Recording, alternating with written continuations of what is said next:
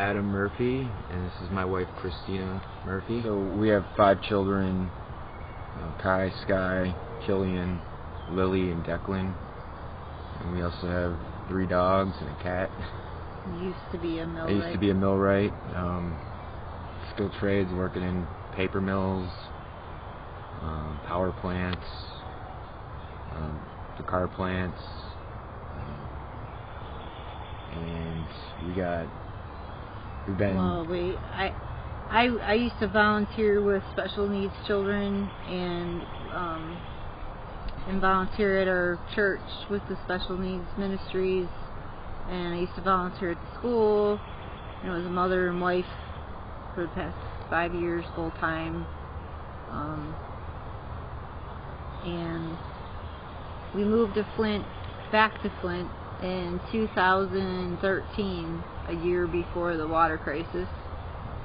The year before they decided to switch to the Flint River and put no anti-corrosive chemicals in the water treatment, which caused it to decay our entire city's infrastructure and going into our homes as well, and our appliances, and in our bodies, and in our hot water tanks, and in our dogs and our cats, and the grass, everything. Everything's been contaminated by the Flint River for almost 2 years. 3.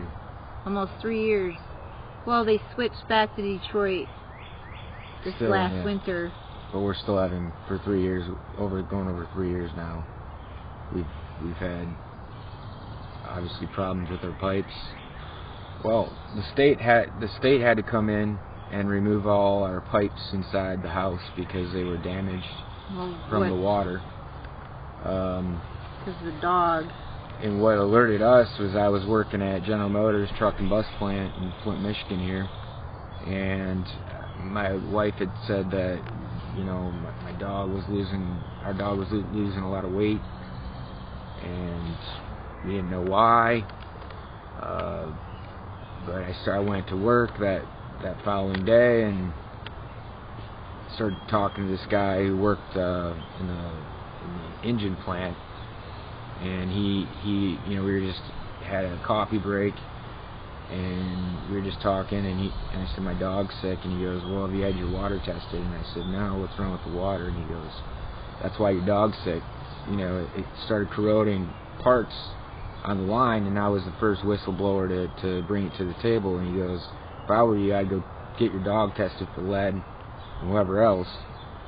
So right away, you know, I came home and we called the vet, and the vet really didn't, she said she hadn't really tested an animal like that since like the 70s, I believe, and that she hadn't done it since then.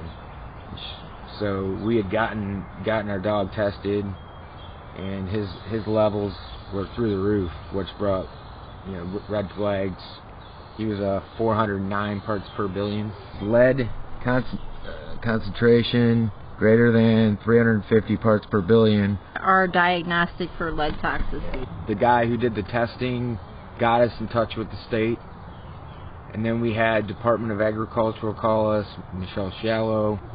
She started questioning me. She didn't want to talk about the water. She wanted to talk about lead paint chips. She wanted to talk about the soil. She wanted to talk about the dog's environment. And then she hung up the phone with me, and not even like 2 minutes later, she calls me back and says, by the way, does your dogs eat out of a ceramic bowl, because that has lead in it? I'm like, are you freaking kidding me? So we got our water tested. Lo and behold, it was like through the roof on the lead concentration. It was like 1,700. No, 7,000 parts per billion. Oh, that's right. 7,000 parts per billion, and they wanted, and the whole demeanor was the state wanted to help us, and then it went from, after getting off the phone with Michelle Shallow, I called this guy back from testing the dog, and I said, well, we just had our puppy.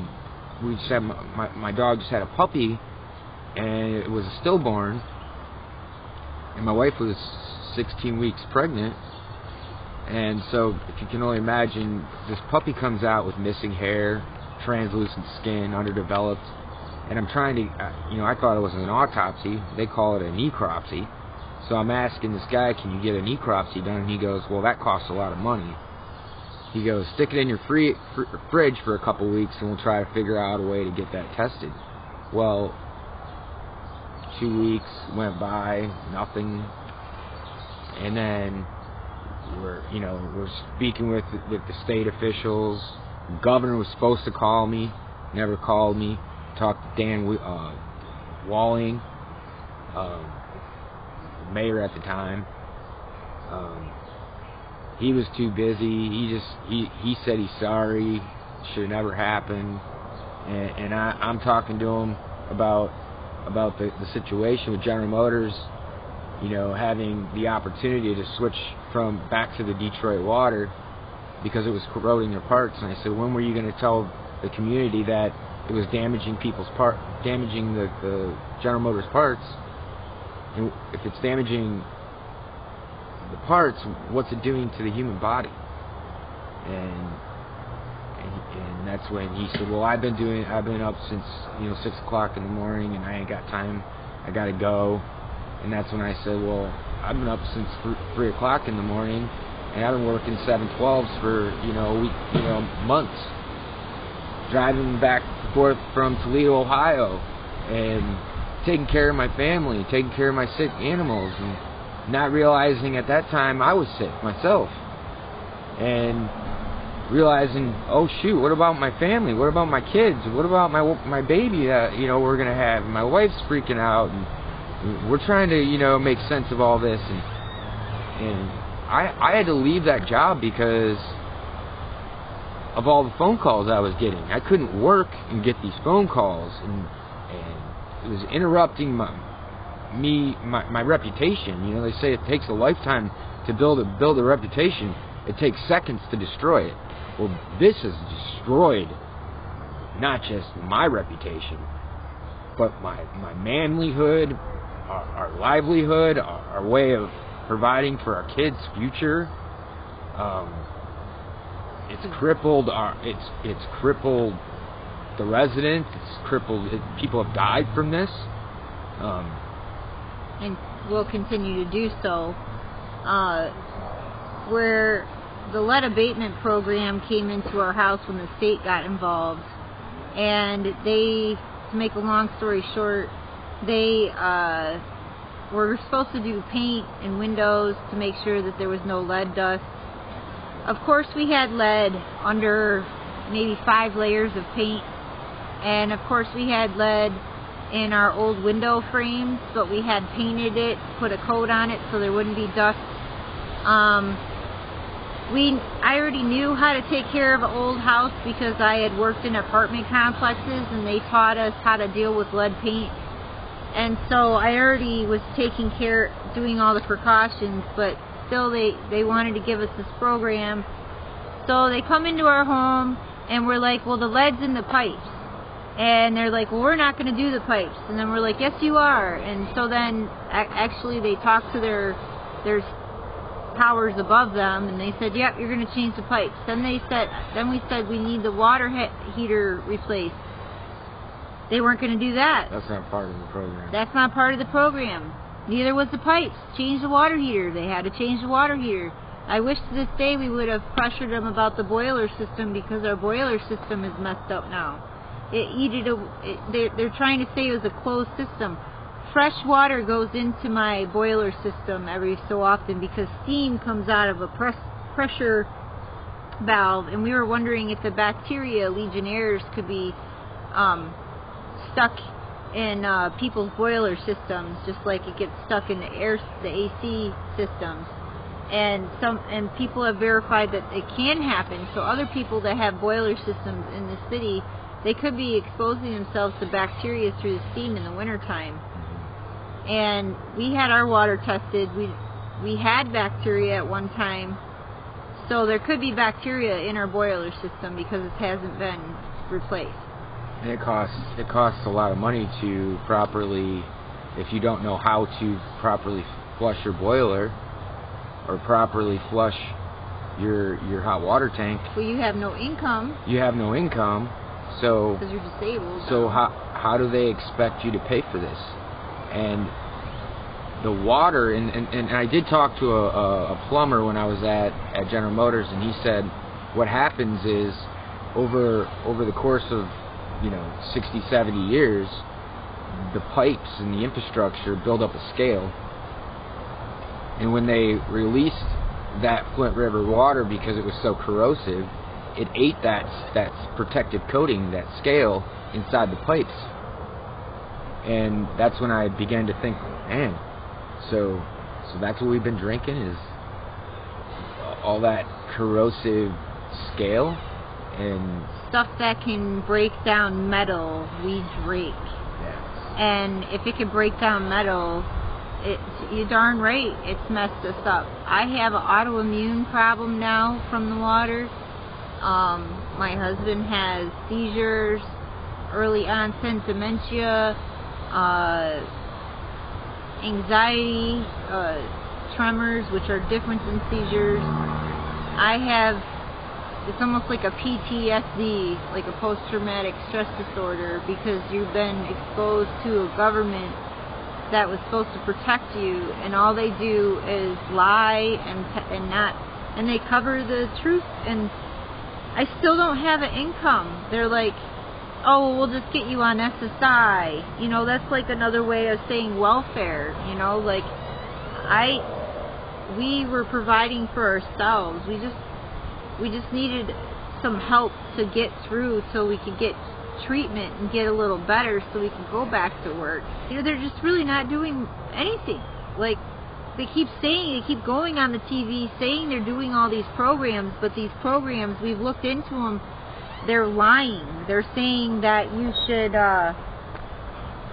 like, here's an example, you should eat more fruits and vegetables. But then they're not telling people that if you eat canned fruits and vegetables, you got to make sure there's no fluoride in it. You have a doctor's note that says that our family cannot have fluoride. I had to black out the names but we cannot have fluoride for at least 2 years or longer. And because it can act aggressively with heavy metals that are in your body. And so my infant, I had to breastfeed him. I just stopped last week.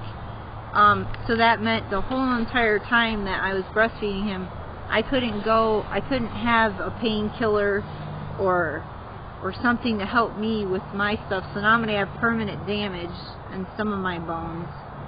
And,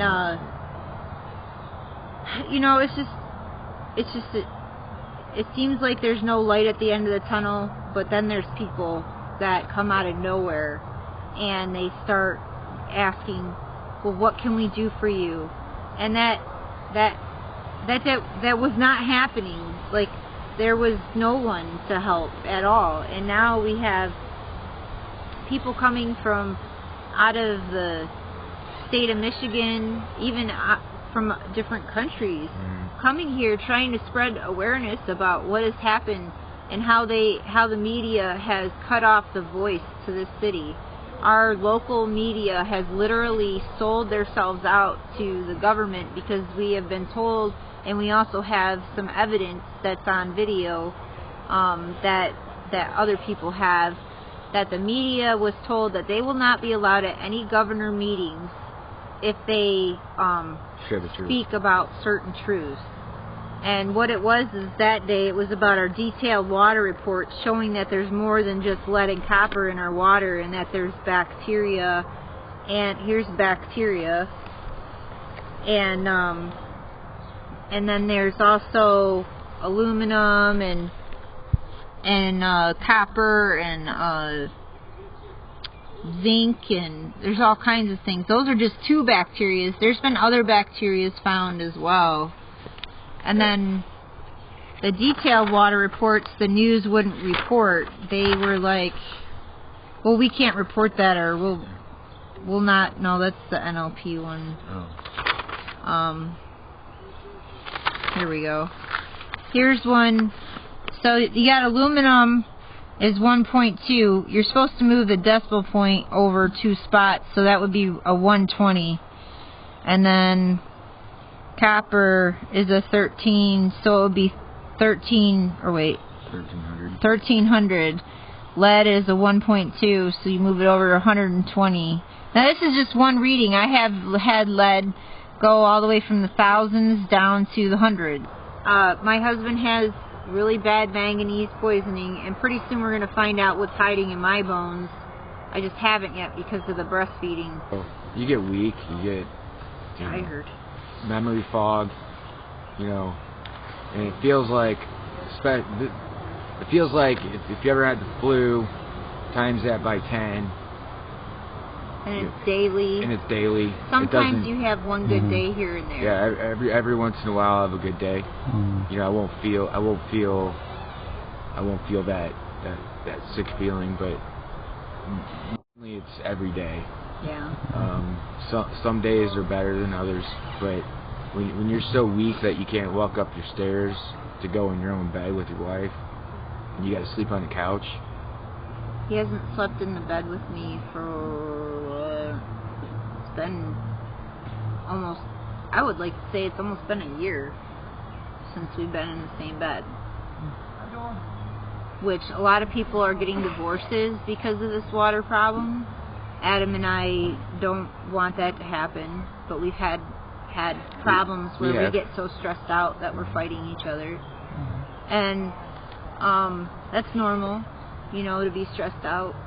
And this was our son. This was his blood cord drawing the day he was born. He did test positive. I know it's a low number, but we don't even know if they're messing with the numbers. But he did test positive for lead exposure before we even brought him home. So whatever I had, he got. And then this is still, a year later, he still tested 3. And he's never been in the water. He's never been in the water. So we think it might have went up because of me breastfeeding him, that the lead is stored in my bones. And so when a baby breastfeeds, he takes the mother's nutrients right out of her bones if she's lacking any in the milk. And so I could have exposed my son even more, even though I was told by multiple doctors that breastfeeding would be the safest option because fluoride is in everything that is made for babies. So, even with doing the safest thing, I still exposed, it's just, every day is a struggle, and to stay emotionally on top of everything and not let it tear you apart is sometimes basically just taking a moment, grabbing that baby and giving him a kiss on the cheek and giving him a big hug and remembering that we're fighting this for our future and our children are our future. Not to sound cheesy, but they are. Every day is a struggle. We're running out of income. We don't know what we're going to do. I'm sure people are going to probably try to figure out how we're going to survive because now there's people to help. And I'm not going to worry too much about it because we have to focus on his health. And the government that we're paid to protect us are using us like sheep. I believe in my heart that they are just raping us of our money and using it any way that they feel necessary. And I also feel like some of this has happened on purpose, that they want to dumb down the masses and poison us so we wouldn't be able to speak up and fight for our rights. Protect yourself. Don't be afraid to. You pay that governor, you pay that mayor. You're paying for them to do a job. And if they're not doing that job, then as a community, step up, because it's your city, it's your state, and other people that aren't being poisoned are paying for people to poison you. But when you poison a bunch of people, and then you're leaving others to pay for their mistakes, there's no accountability there. And we have to hold our government accountable. We have to hold the city officials accountable. I think that the corruption has been going for so many years, and this has been a big plan for a long time, and that there's a big population now, on the world, and there's only so many elements for all of us to share, and the greedy, I think, are trying to hoard our elements and stash it away and keep it for themselves for later on when something happens. And I'm not really sure what the big master plan is, but I do know that I feel like a slave to my government. I don't feel like an equal, free American that they say that I am, because that's not true. If I was an equal, free American, I could go to my mayor and I could talk to her and I could ask her why I'm sick and why haven't the proper doctors come. And I have wrote her 12 letters, and I have called her, and my husband's called her, and we've gone to her office, and she refuses to meet with us. She will only meet with certain people. And I don't know why she won't meet with us, but I know that She came knocking on our door. There's a plan. She came knocking on our door to get our vote. To get our vote. And then after that, she was gone. We gave her the vote. She's not doing her job, so there's a petition going around right now. They lie to get into office, and then once they're in office, there's some sort of master plan that they're hiding from the public. I don't know what it is. All I know is that a lot of people are talking about it that have been investigating or have gone through similar problems. They're coming to find out that the government is lying like a kid that just got caught robbing the cookie jar. They are every time you talk to them, it's lie after lie after lie, or cover up, or it's some truth with a lot of deceit and manipulation. And don't trust the government anymore. That's what I would say. 600,000 children went missing in the United States in the past 2 years alone. Where the heck are all these children at? But there's a lot of really nasty things going on besides just poisoning our water. And I cannot sit down at my house. Well, now that I'm poisoned, it's hard to sit down, period. I have to get up or sit down or lay down or move around. But I cannot just sit here and wait for someone to fix this problem for me.